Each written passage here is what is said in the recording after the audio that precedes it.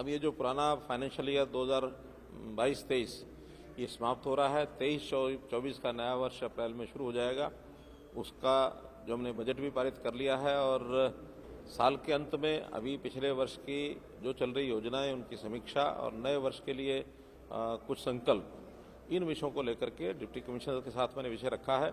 Detail हमारे अधिकारी बैठ के कर रहे हैं और इसमें मुख्य रूप से जो योजनाएं हमारी विशेष तौर पर नई योजनाएं पिछले वर्ष भर में हमने लागू की हैं, परिवार पहचान पत्र है, मेरी फसल मेरा ब्यौरा है, या स्वामित्व है, शहरी है, स्वामित्व ग्रामीण है, ऐसी जो भी योजनाएं हैं उन सब पर जो आने वाली कठिनाइयां हैं परिवार पहचान पत्र के समेत, उन सब कठिनाइयों को दूर करने के लिए और वार्ड लेवल पर प्रॉपर्टी आईडी है, इस प्रकार की सब समस्याओं का हल निकालने के लिए एक निर्देश दिए उनको।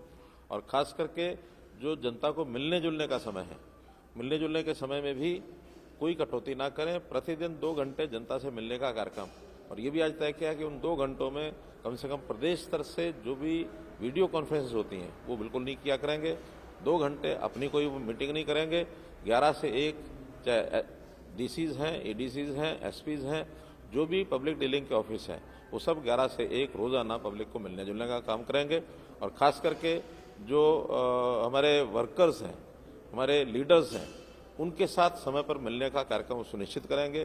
किसी प्रकार की कोई शिकायत अगर मिलेगी तो सीधी जिम्मेदारी इनके ऊपर होगी, क्योंकि पब्लिक के बीच में और सरकार के बीच में हमारा जो वर्कर है, हमारे जो जिम्मेदार लोग हैं, जो हमारे लीडर्स हैं, विधायक हैं, सांसद हैं, उनसे फीडबैक लेकर के सारे कामों को ठीक करें, ये विशेष निर्देश उनको दिए गए हैं। और किसी प्रकार की कोई ढिलाई आएगी तो सीधी जिम्मेदारी डिप्टी कमिश्नर्स की होगी, ऐसा इनको बताया। हमने चूंकि जितने लोकल बॉडीज हैं, लोकल सेल्फ गवर्नमेंट्स है, वो शहरी हैं चाहे गांव की हैं, उनको जितना ज़्यादा स्वतंत्रता, ऑटोनॉमी दी जा सके वो दे रहे हैं। फंड्स उनके निर्धारित कर दिए गए हैं, बल्कि जो हमारे पास स्टाम्प ड्यूटी के फंड्स अभी डिस्ट्रिक्ट हेडक्वार्टर पर जितने थे, आज निर्देश दे दिया उनको कि पिछले सारे फंड्स 31 मार्च से पहले सब रिलीज हो जाएं, और आगे आने वाले जो भी इस प्रकार के पैसे हैं वो सीधे उनके अकाउंट में कैसे जाएं, इसका प्रबंध हम करेंगे। स्टेट गवर्नमेंट की ओर से जो पैसा उनको जाता है वो भी सीधा उनको जाना शुरू होगा। सेंट्रल गवर्नमेंट का पहले से ही जाता है। अपने आप इंडिपेंडेंटली सारे काम वो करें, इस नाते से उनको पूरी छूट है। कुछ योजनाएं जो एक पार्टिसिपेटरी तरीके से, एक सहयोग, एक दूसरे के सहयोग से हम करेंगे, उसमें योजनाएं ग्रामीण क्षेत्र के अंदर जैसे 75%, 25% की कुछ योजनाएं हमने बनाई हैं। खास करके एक योजना के लिए आज ही हमने 200 करोड़ रुपया रिलीज किया है। ग्रामीण क्षेत्र की स्वच्छता, चाहे वहाँ ई ऑटो हो, चाहे वहाँ छोटे ट्रैक्टर ट्रॉली हो, चाहे वहाँ सफाई कर्मचारियों का विषय हो, उस खाद को ले जा करके कहीं डंप करने की बात हो, उसका जो पिट्स बनाने की बात है, वहाँ कंपोस्ट करके उस खाद को बेचने की बात है। ऐसा एक प्रोजेक्ट आज मोटे रूप से क्लियर किया है। इसकी प्लानिंग बना करके 31 मार्च के तुरंत बाद ये 200 करोड़ रुपया जिन गाँव ने योजना बनाई उनको रिलीज हो जाएगा।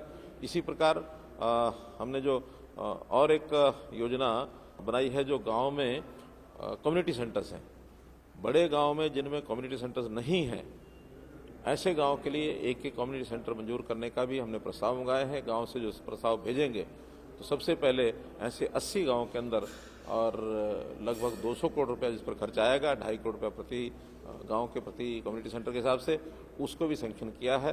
गांव से प्रस्ताव मांगेंगे कि 5000 से बड़ी आबादी के जहां कम्युनिटी सेंटर नहीं है, वहाँ की पंचायतें एक कम्युनिटी सेंटर का प्रस्ताव भेजें।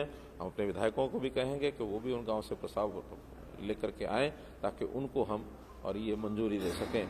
200 करोड़ रुपया इसके लिए भी रिजर्व किया है।